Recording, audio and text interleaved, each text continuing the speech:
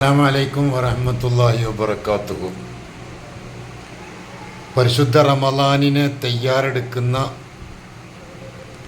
റമളാനെ സ്വീകരിക്കാൻ വേണ്ടി തയ്യാറെടുക്കുന്ന ഈമാനിക വിശ്വാസമുള്ള മുഅ്മിനീങ്ങൾക്ക് അവർക്ക് വേണ്ടിയാണ് ഇപ്പോൾ ഞാൻ സംസാരിക്കുന്നത്. അല്ലാഹു കൂട്ടത്തിൽ നമ്മളൊക്കെ ഉൾപ്പെടുത്തട്ടെ എന്ന് പ്രത്യേകം ദുആ ചെയ്യുന്നു. റമളാൻ ആ അക്ഷരത്തിൽ തന്നെ എല്ലാം ഉൾപ്പെട്ടിട്ടുണ്ട് കേട്ടോ. റമളാൻ എന്ന വാക്കിൽ തന്നെ എല്ലാം ഉൾപ്പെട്ടിട്ടുണ്ട്. റമളാനിൻ്റെ റാ, അതിൻ്റെ സ്പെല്ലിങ് ഫുൾ ഫോം റഹ്മത്ത് എന്നാണ്.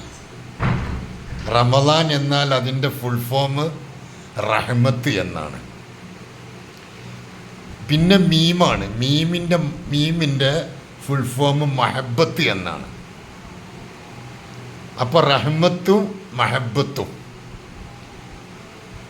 റഹ്മത്ത് ചൊരിക്കുന്ന മാസം, അല്ലാഹു തആല തൻ്റെ അടിമകൾക്ക് റഹ്മത്ത് ചൊരിച്ചുകൊണ്ടിരിക്കുന്ന മാസം, ചെയ്തതിനൊക്കെ നല്ല പ്രതിഫലം, അല്ലാഹു തൻ്റെ അടിമകളെ വല്ലാതെ സ്നേഹിക്കുന്ന, ആ റഹ്മത്ത് ചെയ്യുന്ന ഒരു മാസമാണ്.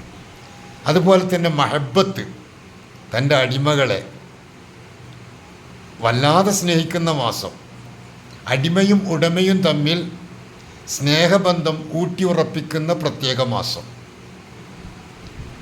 അതാണ്. മറ്റെല്ലാ ഇബാദത്ത് പോലെയല്ല അത്. അസ്സൗമുലി വ അന അജ്സിബി. മറ്റെല്ലാത്തിനും അല്ലാഹു തആല പ്രതിഫലം പറഞ്ഞു. നിസ്കാരത്തിന് 70 ഇരട്ടി പ്രതിഫലം, എല്ലാത്തിനും 70 ഇരട്ടി പ്രതിഫലം പറഞ്ഞിട്ട് അല്ലാഹു പറഞ്ഞു അസ്സൗമുലി, നോമ്പ് എനിക്കുള്ളതാണ്, അതിന് പ്രതിഫലം ഞാൻ കൊടുക്കും, കയ്യും കണക്കില്ലാതെ കൊടുക്കും. ഒരു 2 മക്കളുള്ള 4 5 മക്കളുള്ള ഒരു പിതാവ് ഒരു കുട്ടീനെ ചേർത്ത് പിടിച്ചിട്ട് പറഞ്ഞു ഇത് എൻ്റെ മോനാണ് എന്ന് പറഞ്ഞാൽ മറ്റുള്ളതൊന്നും അയാളെ മോനല്ല എന്നല്ല അതിൻ്റെ അർത്ഥം. മറിച്ച് ആ മോനോട് എന്തോ ഇഷ്ടമാണ്. അങ്ങനെയാണ്.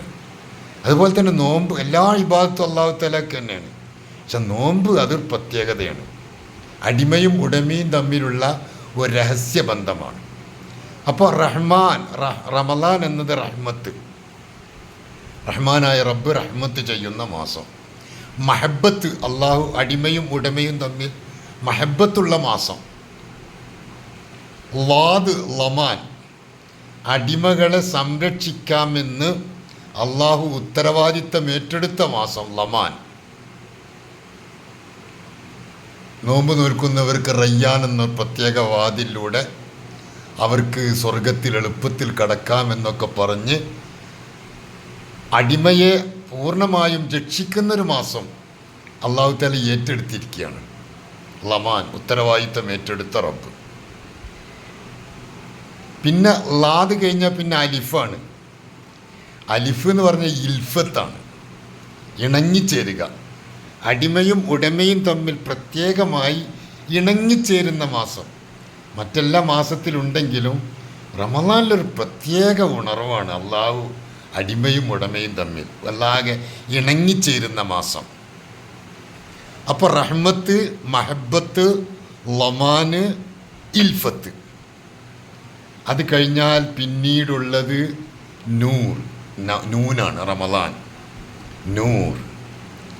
ഈ റഹ്മത്തും മഹബത്തും ലമാൻ, ഉത്തരവാദിത്തവും ഇൽഫത്തും ഇണങ്ങിച്ചേരലും എല്ലാം കൂടി ഉണ്ടാകുമ്പോൾ നൂർ, അള്ളാഹു കൽബിലൊരു നൂറങ്ങ് തരും.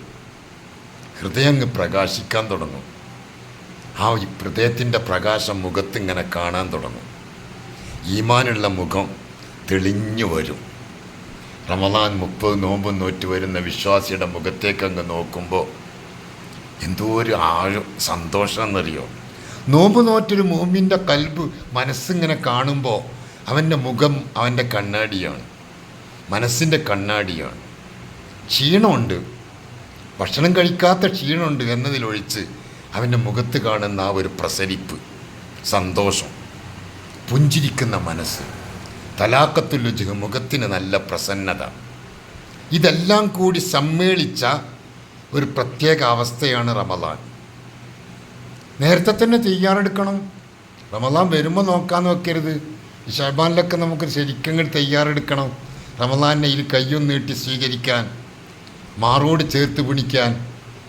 തയ്യാറെടുക്കുന്ന ബിസിനസ്സുകാരൻ ബിസിനസ് സീസണിൽ തയ്യാറെടുക്കുന്നത് പോലെ വളരെ ആവേശത്തോടു കൂടെ തയ്യാറെടുക്കുകയാണ്.